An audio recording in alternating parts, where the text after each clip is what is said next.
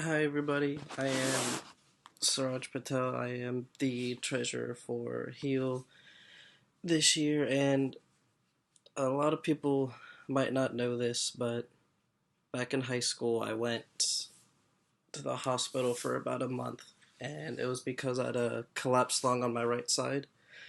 And so what happened was, for I'm gonna say like 2 3 days, I had a really hard time breathing. Like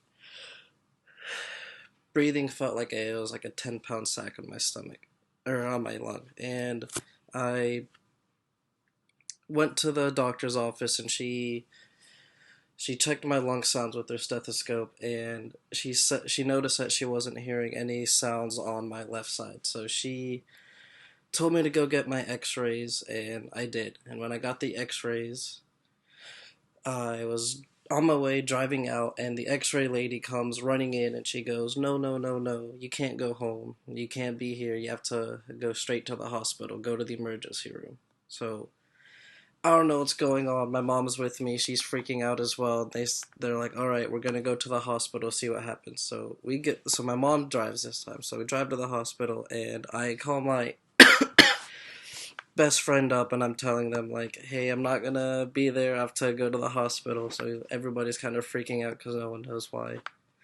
So I get to the hospital, and there's this surgeon's already waiting, or the doctor's already waiting for me, and he has like this big box that's like this big, and these tubes that they're supposed to stick inside. So he gets about 4 or 5 nurses to come and help him, and they lay me down, and they make a small incision onto my right lung right here, or my right rib cage, and he just cuts a small slit, and then he starts to stick this tube in me that will help take out the air and the blood that's got caught within the chest cavity. So it was probably one of the most painful things I ever had to experience. Like, it was literally like a tube like this thick and like this long, going from here all the way into the lung, and he was like pushing it in, and they had like 3 nurses holding me on one side, and I was just being like pushed around, and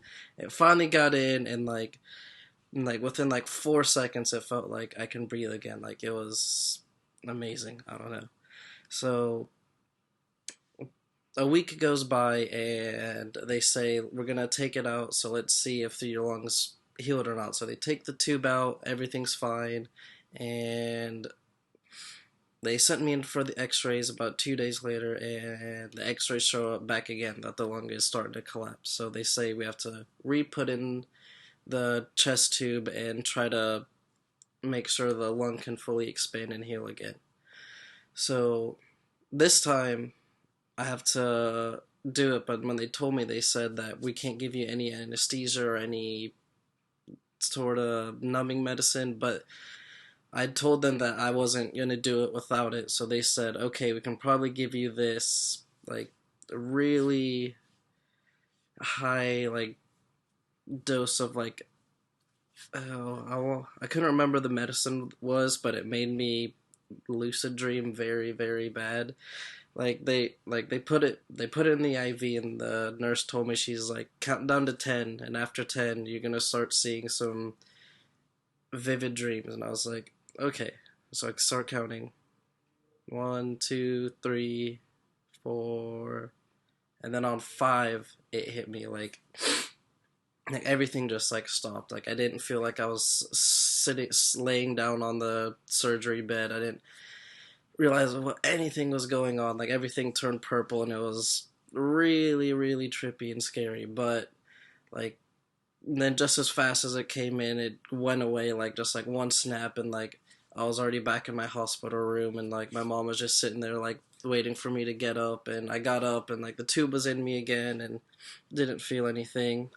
So that was a very fun experience, or different experience, I would say. And then after this, another 2 weeks go by. So it's already been 1 week goes by. So I'm in there for 2 weeks already, and the lung still doesn't heal. So the doctor said there's a surgery we can do where they'll go in and they'll patch up whatever is the hole that's within the lung, and they'll remove any future blisters or anything that could possibly cause it again. So they took it out and they like stapled it back up, and then they took like this Brillo pad, is what the doctor explained it as, and like rubbed the inside of my rib cage and like forced my lung to expand, and it's basically like glued to my rib cage now.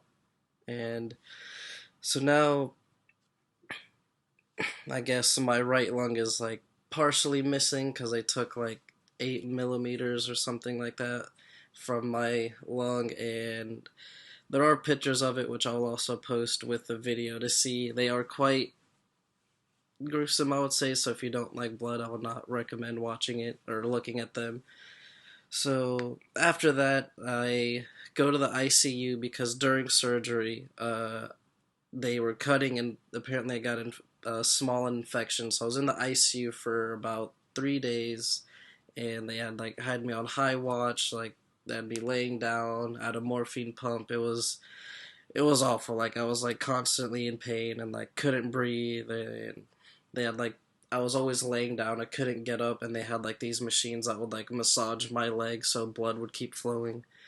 And after that, finally get out of the AC or ICU, and I go to a normal hospital bed. And about 4 days after that, the doctor's like, "Okay, I think we can take the tube out. You should be fine." So take the tube back out and stay at the hospital for 2 more days, and finally I get to go out. So I entered the hospital on March 1st, and I didn't get out until about April 3rd, and the whole month gone. I missed all that school. I was a junior in high school. I missed all that.